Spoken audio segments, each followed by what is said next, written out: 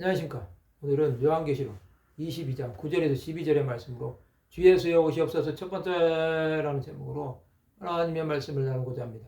본 말씀은 그가 내게 말하기를 나는 너와 내 형제 선지자들과 또 이 두루마리의 말을 지키는 자들과 함께 된 종이니 그리하지 말고 하나님께 경배하라 하더라. 또 내게 말하되 이 두루마리의 예언의 말씀을 인봉하지 말라. 때가 가까우니라. 불의를 행하는 자는 그대로 불의를 행하고 더러운 자는 그대로 더럽고 의로운 자는 그대로 의를 행하고 거룩한 자는 그대로 거룩하게 하라. 보라 내가 속히 오리니 내가 줄 상이 있어 각 사람이 그가 행한 대로 갚아주리라.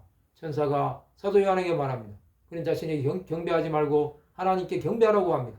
그것은 자신은 경배의 대상이 아닌 피조물임을 분명히 안 것입니다. 그는 또 이 두루마리 예언의 말씀을 인봉하지 말라고 말합니다. 이제 때가 주 예수의 다시 오실 때가 가까운 것입니다. 하나님은 예수 그리스도를 때가 되면 다시 보내주실 것입니다. 세상에서 불의를 행하는 자는 그대로 살고 더러운 자도 그대로 살고 의로운 자도 그대로 살고 거룩한 자도 그대로 살게 하라고 하십니다. 심판의 때가 가까이 왔기 때문에 돌이킬 기회가 더 없다는 것을 말씀하시는 것입니다. 예수께서는 속히 오십니다. 그것은 심판하시기 위한 것입니다.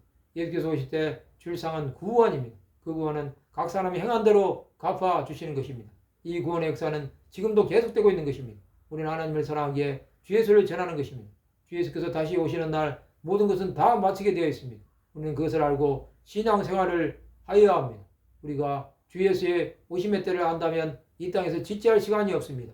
노아의 홍수 때 사람들이 하나님을 경외하지 않냐고 자신들의 뜻대로 살다가 물에 빠져 죽었습니다. 소돔 고모라의 멸망의 때를 알지 못함으로 많은 사람이 유황불에 떨어져 죽었습니다. 그들은 불의하고 더러운 대로 살다가 멸망한 것입니다.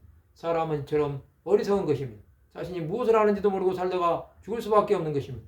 우리는 하나님의 말씀에 붙잡혀 살아야 합니다. 그래야만 심판을 면할 수 있습니다. 우리의 생각은 하나님의 생각과 다릅니다. 그것은 당장 일어나지 않는 일도 우리는 일어날 수 있다고 착각할 수 있습니다. 그렇게 살았던 하나님의 사람들은 주 예수를 전하며 살았습니다.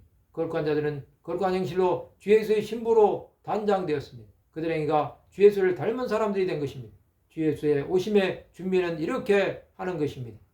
자신이 정결하게 된 사람은 하나님 나라를 위해 온전히 헌신을 하는 것입니다. 우리가 준비되었다면 하나님은 우리를 귀하게 쓰실 것입니다.